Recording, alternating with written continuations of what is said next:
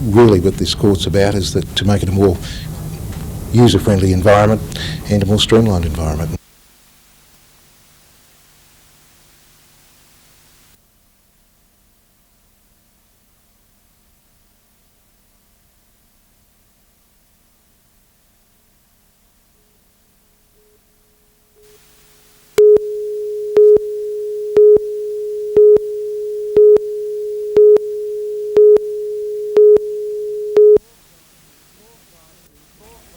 Four classrooms that haven't seen a teacher or student since 1998 were destroyed after fire took hold before midnight. The idle property has been a target of vandals, but that should change. This site was additional to our needs, and just recently it was determined that it would be disposed of, and I believe discussions are being held with the council in regard to that. Firefighters worked for more than 2 hours to extinguish the blaze. In January, a building at the old high school had to be demolished after arsonists attacked it. Exactly how the large site will be sold is still to be decided, but it is high on the agenda of the Education Department in light of this year's fires. What I worry about is the impact of people like people involved here who do take a destructive attitude to public property.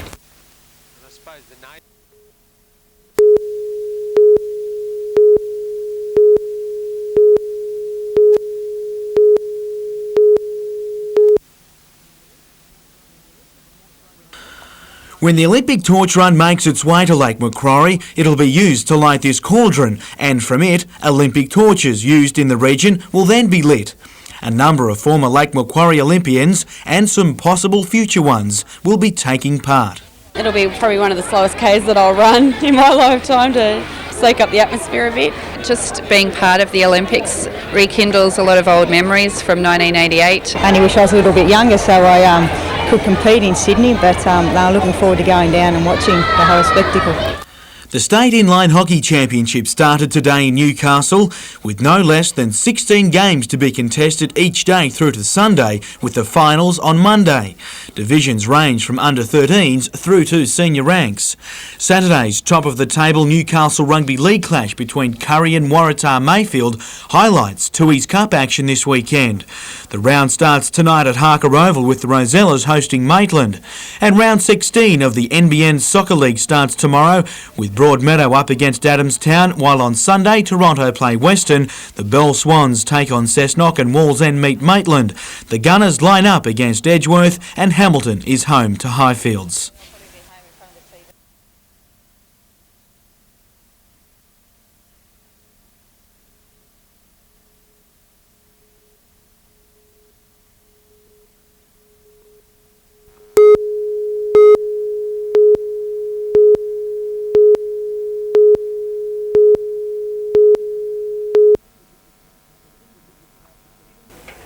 It's the biggest match of the season for these players, and Lower Hunter was out to make sure it was a memorable one.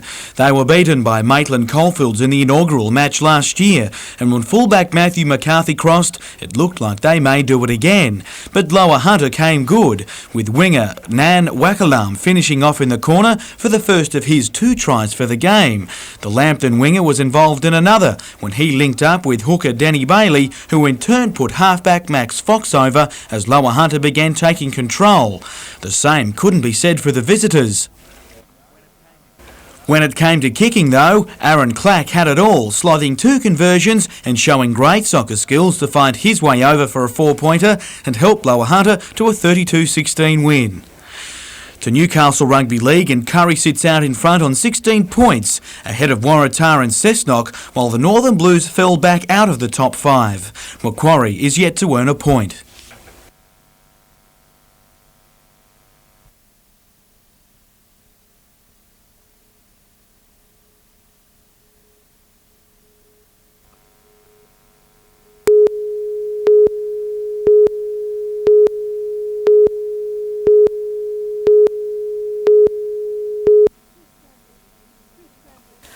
Chris Crampton was drinking from a cup held by his mother today, unable to feed himself with 2 broken arms. The 12-year-old from Singleton was severely beaten at a park near his home, where he'd gone to play with his younger brother Josh yesterday afternoon. Alone for a few minutes, Chris was jumped on from behind. 2 teenage boys bashing me up and I was knocked out for a while. Josh returned to find his brother lying on the ground and dragged Chris 200 metres to their home. Very bruised eye, my brain's bruised a bit.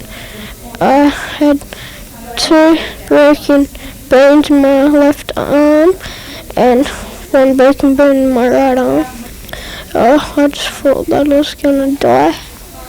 There's bruising to the left side of his brain, but a CAT scan has cleared Chris of any brain damage. Police are looking for 2 boys aged around 16 years old who were seen at the park at the time of the incident. They're both described as having shoulder-length brown hair. One was wearing a white long-sleeve top. It was broad daylight, houses all around. You think people would be around in the middle of the afternoon on a Sunday afternoon, but apparently not. The assault has shocked the close community and left a distressed mother with an unanswered question. I would like to know why. Catherine Turner, NBN News.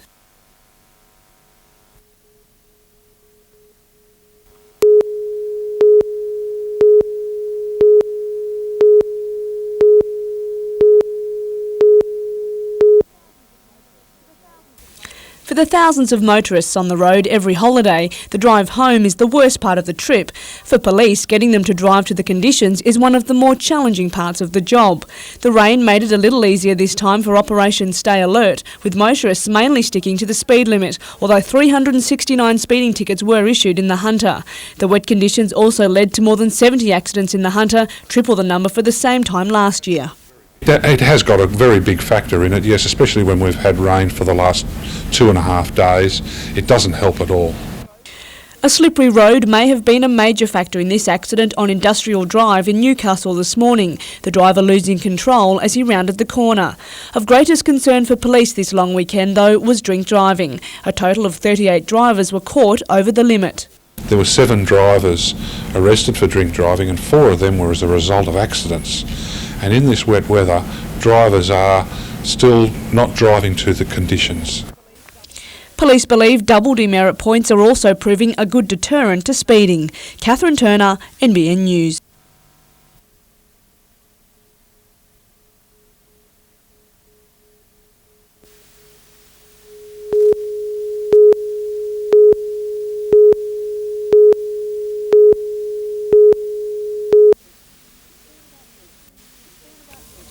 It's been about 15 years since Woolworths moved its store from Warners Bay to Lake Macquarie Fair. Since then, Warners Bay shoppers have had to drive several kilometres for a major supermarket.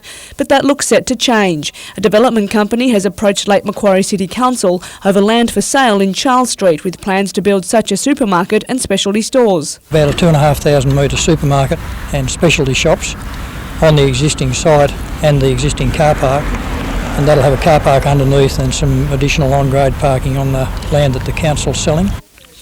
Mr Neville says discussions between supermarket chain giants Coles and Woolworths are at an advanced stage. Both have expressed a keen interest in leasing part of the site. He says if the development goes ahead, it appears likely the Jewel supermarket would be forced to close down. Meanwhile, this year's $115 million management plan and budget will be considered at tonight's council meeting. It includes a $6 million allocation to a local road rehabilitation scheme. Catherine Turner, NBN News.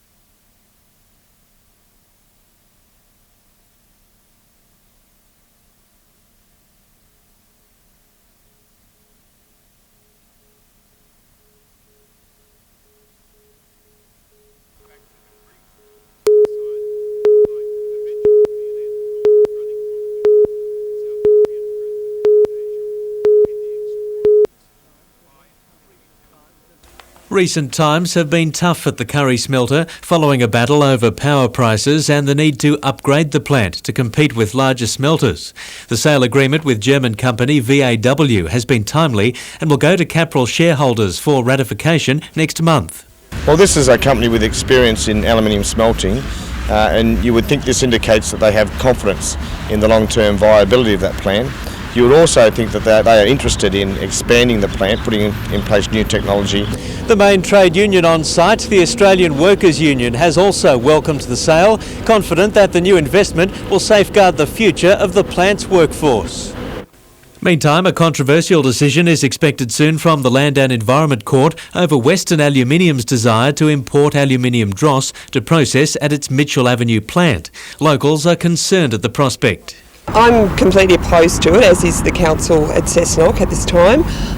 It opens up a whole world of impurities that could come into our environmental system that we're not willing to deal with.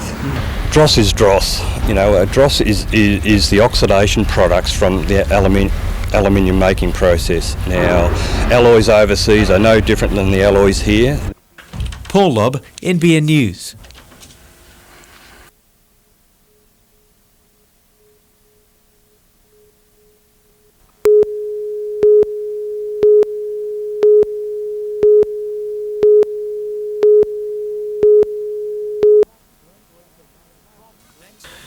Props Glenn Grief and Matt Parsons have sat out the best part of a month with knee injuries and will have to come back through First Division before returning to the top side. They're better served by grabbing a big slice of reserve grade rather than doing a 10-minute rotation in first grade.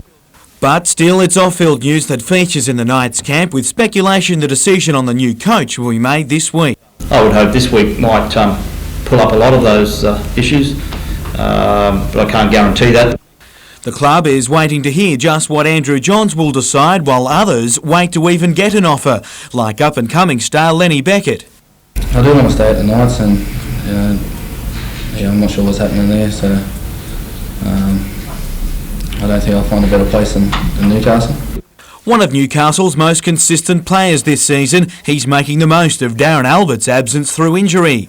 Both Albert and Robbie O'Davis have been told to rest their foot injuries to recover in time for the semi-finals. That's the thinking, that if they just give it a bit more time, it might just heal a little bit more, and it gives them a chance to time their run at the bigger games. The team to play the Northern Eagles on Saturday has changed little, with Sean Rudder remaining at 5/8. Steve Simpson and Josh Perry are expected to recover from shoulder problems, while Ben Donaldson comes onto the bench to allow Danny Badiris to play a more flexible role in the side.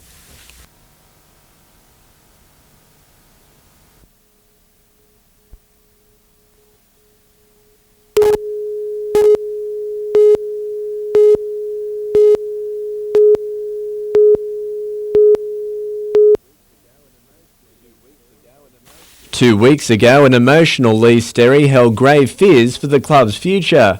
Now he hopes it's turned the corner.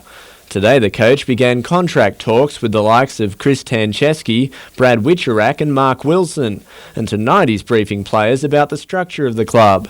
He thinks that player loyalty is still there. As I've said in the past, nobody can accuse any of us, even from me down, of being unloyal to Newcastle Breakers. You know, we've all hung around while all this mess has been going on. The task of attracting and retaining players is all happening much later than Sterry would have liked, and he's hoping Soccer Australia will soon give the club's new ownership the thumbs up. I've been given a budget, but at the end of the day I've been given a budget by new owners, and it hasn't been endorsed by Soccer Australia. So again, I'm sort of swinging in the breeze a bit, and but I've got at least half a dozen players I've spoken to that are keen to come to the club if I'm here. Soccer Australia, meanwhile, says it's still waiting on documentation from True Blue. Colin Baldwin, NBN News.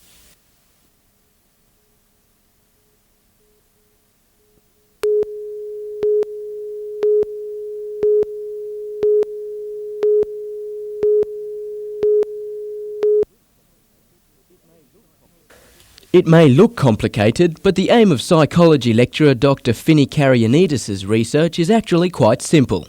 She hopes to understand the attention span and concentration of children aged between 6 and 12. It's very important in understanding the healthy development of the brain, but also in the long term in being able to understand disruptions to these processes that occur.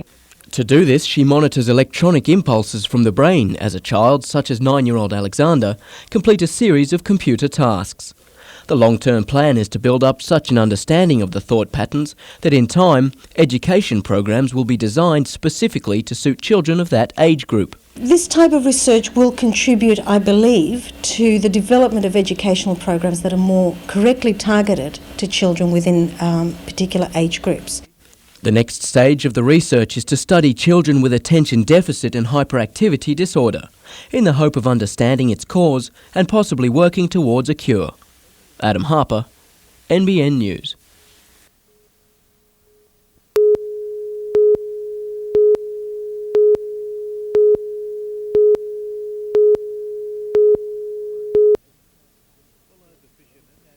Below the fishermen and the gentle surge of the ocean at Tomaree Head are millions of tiny abalone larvae struggling to survive. They've been put there by staff from the Port Stephens Fisheries Research Station who've had a breakthrough in producing the rare baby molluscs outside their normal breeding season. Now we are able to produce larvae all year round, which means that we can now seed the wild stock.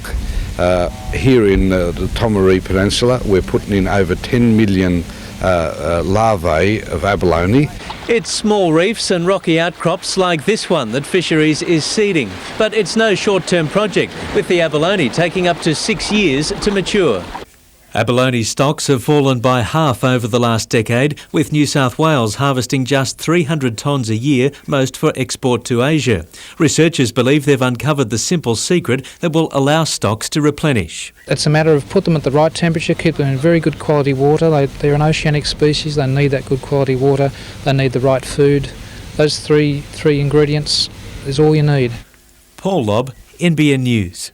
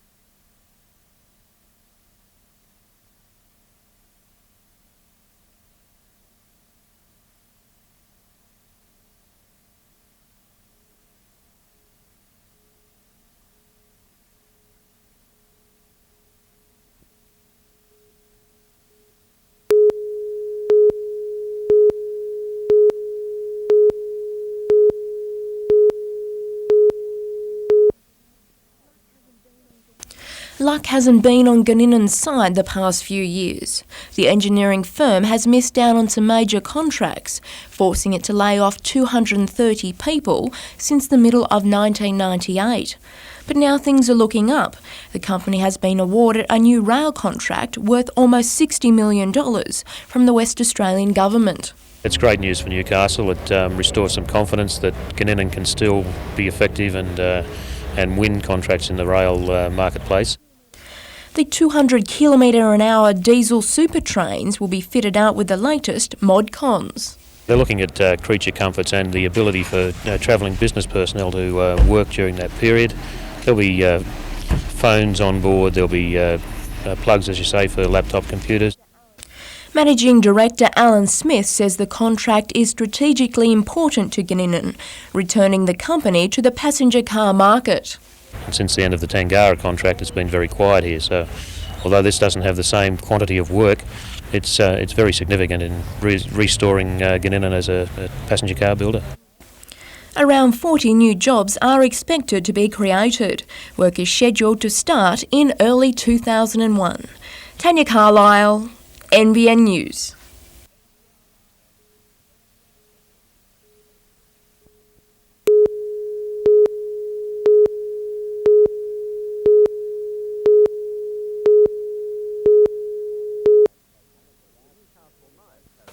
The Newcastle Knights have one of the largest supporter bases in the league, but only 1,100 members. Today they embarked on a push for 10,000. In the first instance, and importantly, they can claim to be proud, passionate and part of the team.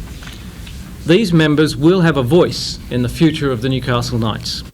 The membership comes at various levels with numerous benefits. It also provides obvious financial benefits for the Knights, as well as tangible evidence of its supporter numbers for lobbying sponsors or the government. The push steps up on NBN's footy show later tonight. Meanwhile, the Knights aren't about to confirm or deny reports that ex-captain Michael Hagan has won the role as first-grade coach. We're not commenting on the speculation at this stage. We have to make an announcement very soon. There are just a couple of loose ends to tidy up. The man himself was at training this afternoon. An announcement is expected tomorrow. Still on, the NRL and the Northern Eagles have gone back to school in a quest to turn a bad run of results around, spending time with fans at Sydney's Beacon Hill High. Made this huge flag that they bring to all of our games, and we just wanted to come along and show them that we appreciate their support. The Eagles play the Knights at Marathon Stadium on Saturday.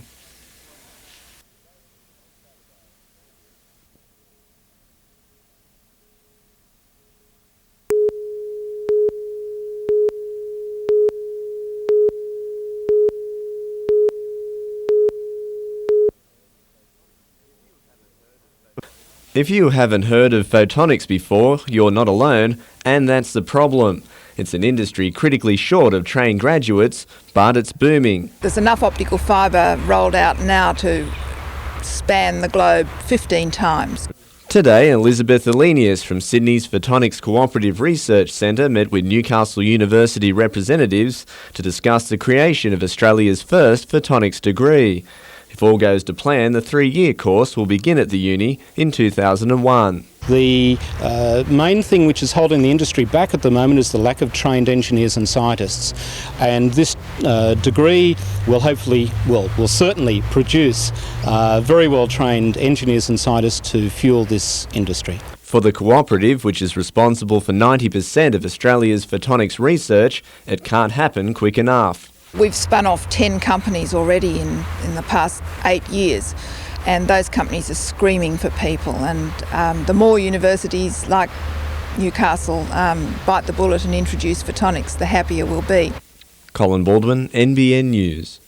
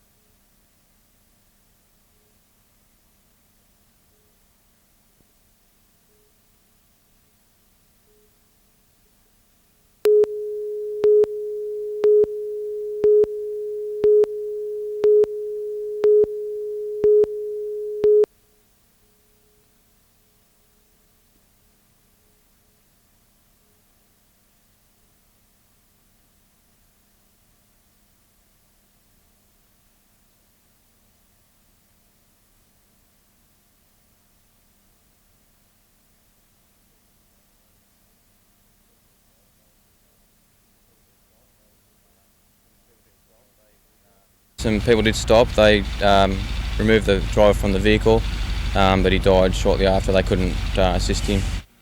And this isn't a particularly bad stretch of road, is it?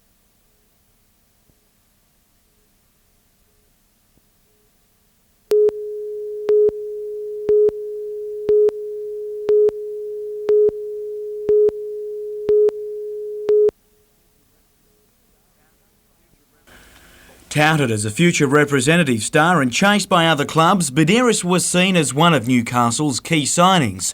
And after weeks of speculation, the hooker today agreed to terms on a 2-year deal. The hooker played in the first round encounter against the Northern Eagles that saw the merged club upset the Knights, and it's hardly been forgotten by either club. It's probably one of our best wins of the year against Newcastle, and really we haven't lived up to expectation after that, so hopefully on the weekend we can put a good performance together and hopefully not beat Newcastle at Newcastle, which not too many teams do. Mate, it does. You know, they got us here in round one, and we're very keen to reverse that here. Coach Warren Ryan would rather make up for last weekend's loss to the Raiders. I'd say in this one against the Eagles we'll get a little bit better possession here on our home ground. I couldn't imagine us going without a penalty on our home ground. Winger Adam McDougall has missed training all week to help recover from what's been a hectic few weeks of football, but is expected to play. And injured fullback Robbie O'Davis holds hope he'll be back sooner rather than later from a foot injury. I'm given every possible chance I can to play, and total outcome's going to be this Monday. So, Jim Callanan, NBN News.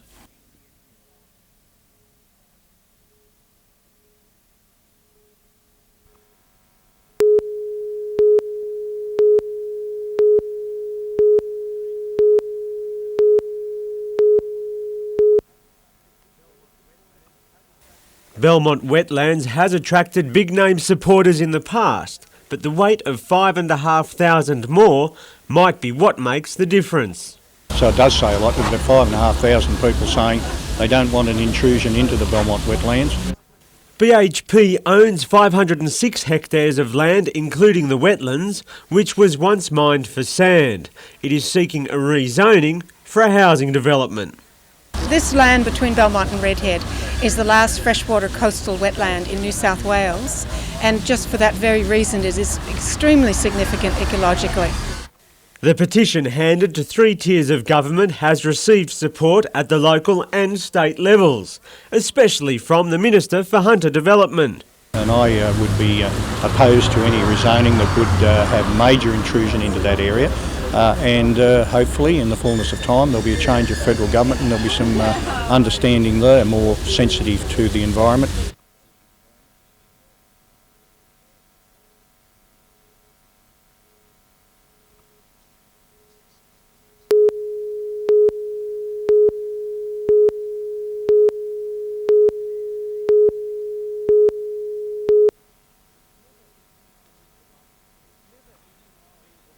It's never easy to lose a loved one.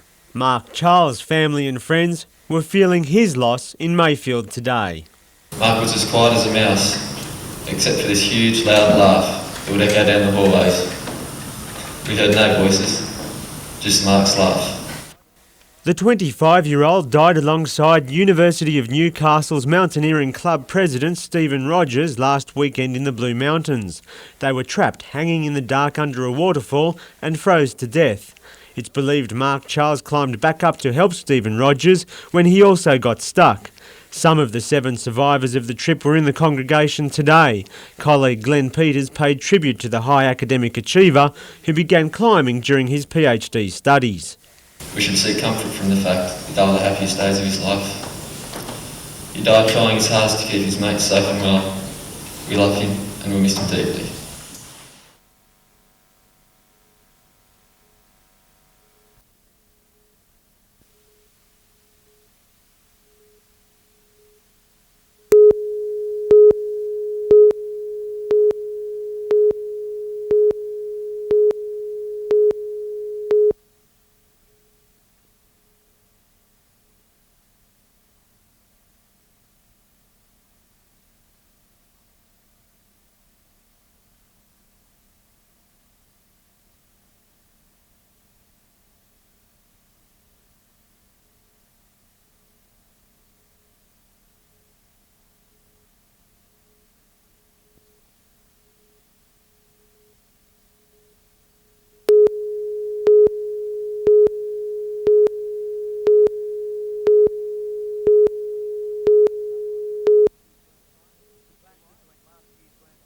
The clash between last year's grand finalists belied its match of the round status early, with mistakes littering the early exchanges, although the defence was on the mark.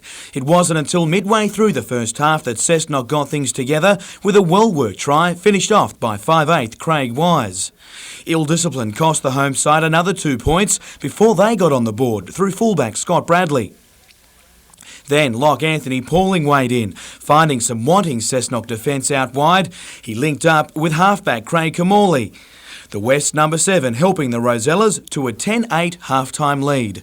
After the break, it all came down to defence, with neither side giving an inch. While Wests did have early opportunities, the game breaker didn't come until 10 minutes from full time, when second rower Scott Conley gave winger Garth Ross a clean run to the line. Bradley's conversion and a late try sealed a 20-8 win.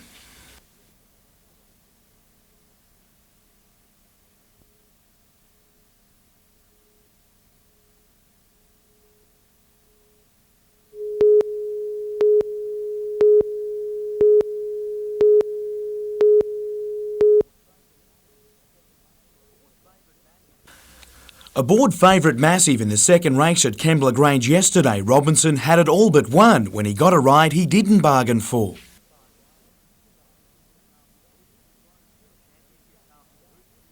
The champion Newcastle Hoop was thrown heavily but escaped without serious injury. Meanwhile, a 4-horse pile-up marred the feature New South Wales Sire Stakes race for 3-year-olds at Newcastle last night.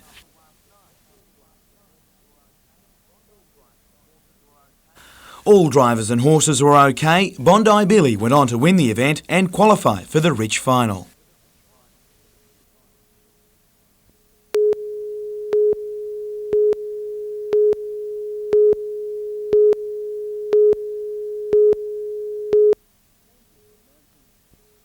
Changes in 1997 restructured the way in which aged care facilities operate. To keep up to the new requirements, Cessnock's Allendale Aged Care Facility has undergone a 7-month, $20 million facelift. The buildings that we have been able to get them certified, but in terms of meeting the standards and the requirements of that reform, we weren't able to comply. The new facility now boasts 8 new lodges and will see 216 beds relocated from the older site to the new one, catering for the elderly and people with dementia. This environment creates all the considerations that we need to take into account for the aged care reform and the standards that we must meet. Although the work isn't quite complete, organisers are confident that the facility is a marked improvement. We can have the residents in their own accommodation, but still all within an environment that's able to be managed. Residents are expected to move into the new accommodation within a few weeks, and discussions are underway over the future of the older style accommodation. The new facility will be officially opened in September. Adam Harper, NBN News.